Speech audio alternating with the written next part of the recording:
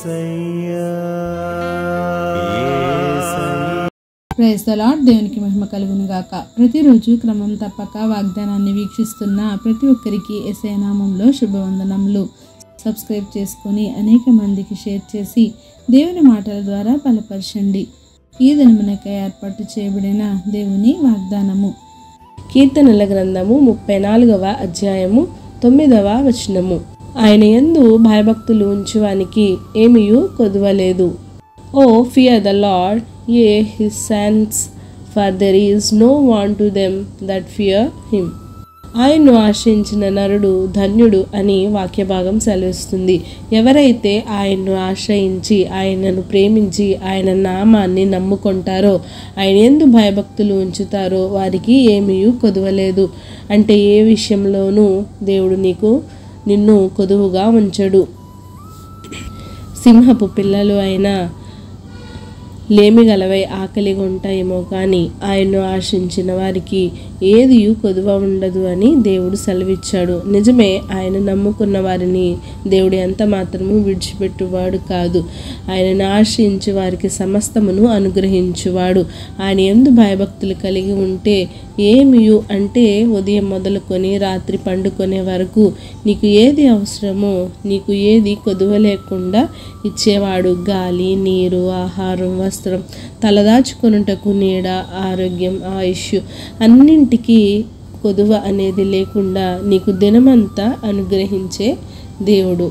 నీకు జీవితంలో ఏదైనా లోటు ఉంటే నీవు దేవునిని అడగాలి. ఆయన పట్టజాలనంత విస్తారముగా నీకు కొదువ లేకుండా ఇచ్చే దేవుడు.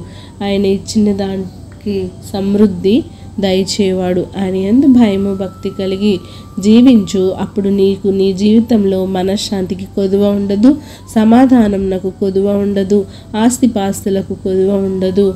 ఐశ్వర్యం, ఆరోగ్యం, సంపాదన, తెలివి, వివేచన ఎంత మాత్రము దేవుడు నీకు కొదువ చేయడు. ఏది తక్కువైనదో అది నీవు అడిగి దేవుని నుంచి పొందుకోవాలి. నీకు జ్ఞానము కొదువై ఉన్న ఎడలా దేవునిని అడగమని ఆయననే సెలవిచ్చారు. కనుక నీకేది కొదువై ఉన్నదో నీవు దేవుని దగ్గర ఆయన పాదాల చెంత చేరి నీవు అడిగినట్లయితే ఖచ్చితంగా దేవుడు నీకు అనుగ్రహించువాడు. కాబట్టి నువ్వు దేవుని నుంచి పొందుకోవాలి అనుకున్న ఎడల నీవు ఆయన యందు ముందుగా భయభక్తులు కలిగి ఉండాలి. ఆయనను ఆశ్రయించాలి, ఆయనపై నమ్మిక ఉంచాలి, ఆయన యందు విశ్వాసము కలిగి ఆయన యందు నిరీక్షణ కలిగి నీవు ఎప్పుడైతే ఆయన యందు నువ్వు నిలకడమైన స్థిరమైన జీవితాన్ని కలిగి ఉంటావో సమస్తమును నీ కాళ్ళ దగ్గర నీకు దయచేవాడు. ఈ కొద్ది మాటలు దేవుడు దీవించునుగాక.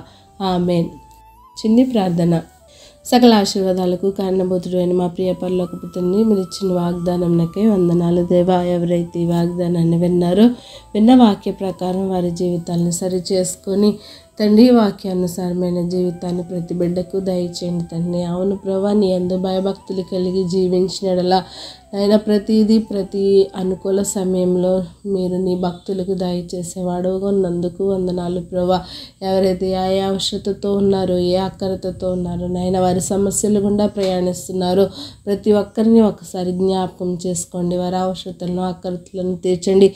సమయానుకూలంగా నాయన నీ మేళను వారిపై కుమ్మరించండి నాయన. ఇంకా ఎవరైతే నాయన ఏ అవసరతలతో నాయన తండ్రి నీ యొద్ద మొరపెట్టుచున్నారు వారి మొరను ఆలకించండి. వారి ప్రార్థనలకు జవాబును దయచండి. సమాధానం ఇచ్చువాడు, సంపూర్ణత ఇచ్చువాడు తండ్రి ప్రభా.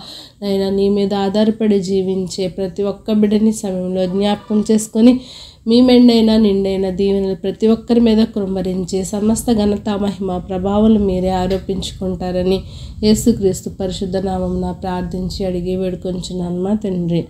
Amen. God bless you all.